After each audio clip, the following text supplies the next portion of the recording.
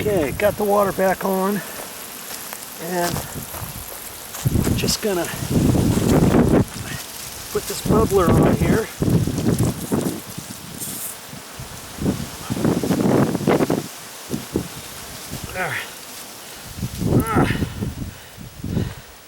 The pipe I used hasn't been used for a while. Now see, that's how a 1 gallon bubbler should work. Drip, drip, drip, drip, drip, drip, drip. See there? Okay. So now all I have to do is get it underneath that bush.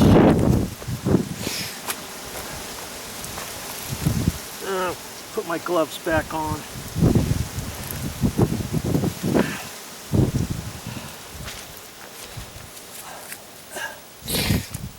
And I think that's going to be enough, because like I said, there is in fact another bubbler under here.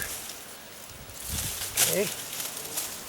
So now I can put it up in there, and the other bubbler is just right over in here, and so this one is long enough. I'm going to just pooch it up.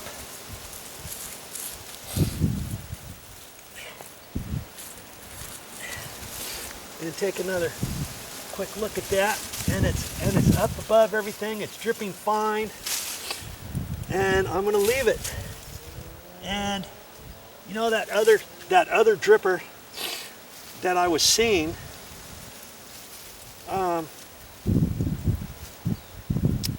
is not dripping any water, and it's an old one, and I don't think I can get it to work. And I'm not even sure if it's hooked up to anything. I didn't dig the other pipe out further underneath here, because I was making the assumption that one was dripping too. I can look at this again if I need to, but where this pipe connection was, it was dripping slightly at the coupling. So I know a little bit of water is dripping there, not very much, and then the 1 gallon dripper is dripping underneath, and I put it on the other side. And it's going to kind of run this way, because this is kind of coming up at a slope a little bit. I think a 1 gallon dripper, and that should be plenty. Okay. Now, if you had a question for a bush that big, I think a 1 gallon is fine. But if you feel you want to put a 2 gallon there, you could. But I'm deciding against it. Okay, well, that's all I'm going to do today, and I still have this issue with this bubbler right here. You see that? That's probably a 2 gallon dripper, and it could be even more than that, and it's dripping right out here. And so next time I'm going to take a look at this other bush over here, see if it's got any water, figure out what to do with that. I may have to relocate that over to there. And the funny thing is, it's not funny, I thought it was the wind. I turned the bubblers on. It's always good to turn your bubblers on and then check out your lines a little bit. See this bubbler line? It should actually be covered up. And isn't that cute? The landscapers, they put this little bubbler right there with the sprayer. They didn't have to do that. That would have been okay to just put a bubbler, a regular 1 gallon bubbler. Okay, but this is going up here, and you see here's one going to nothing, and it was probably once upon a time directed up towards the top of where the big huge redwood tree is, so then the water can go down. And you see, here's another one of those old-time bubblers, and it got snapped off. This one's been snapped off. It's not even, in fact, look at that. It's snapped off, and I'll bet you it's on a line that's broken somewhere. So, lucky for me, it's kind of up high. So every once in a while, you can check your bubblers, because you shouldn't have any exposed lines. Now see here's one of those gate those flag drippers. It's right in the middle of nowhere. It should be either over there or it should be here. And I see an old, nope, I don't see it.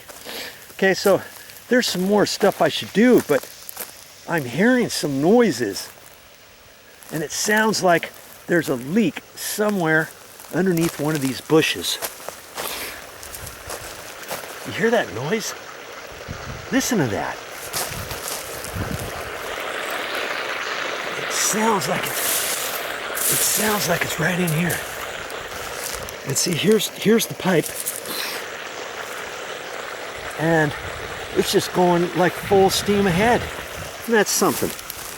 I know it's coming off that pipe. You want me to, maybe I should spend a couple seconds here. I really don't have time to fix anymore. And I'm just curious now what is causing that. I can hear it. I'm not sure if you can hear it on the video camera or not.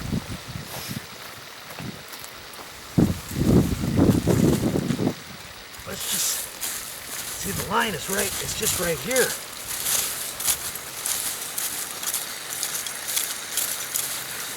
Come on.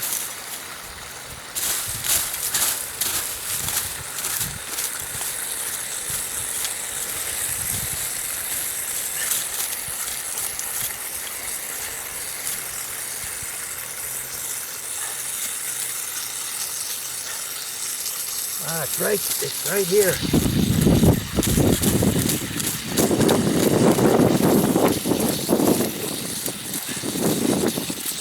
And it's facing down. Yep. It's right there. Isn't that something? And I was thinking when I was at the hardware store, should I get another coupling or not? I didn't get another coupling. You see there? Look at that. Yep. It's right at the bottom. It's right at the bottom of there. And if I had a plug, I could plug it. But chances are it's going to be best if I cut that out and put another slip joint connector in there. And the slip joint connectors don't cost that much. So it was only $1.15 or so at the store. Okay. So, isn't that something? It seemed like it was a pinhole on the bottom. And I'm feeling it. And it could be an old line that snapped off, and the little piece could be the tip of the coupling could be in there, and that's my guess. And so I believe I'm going to have to get another one of those couplings and put there. Okay. All right. Well, time for me to say goodbye. Hopefully you've learned some good stuff on this video series. Well, that's all I got for this time, but I'll be back with more videos.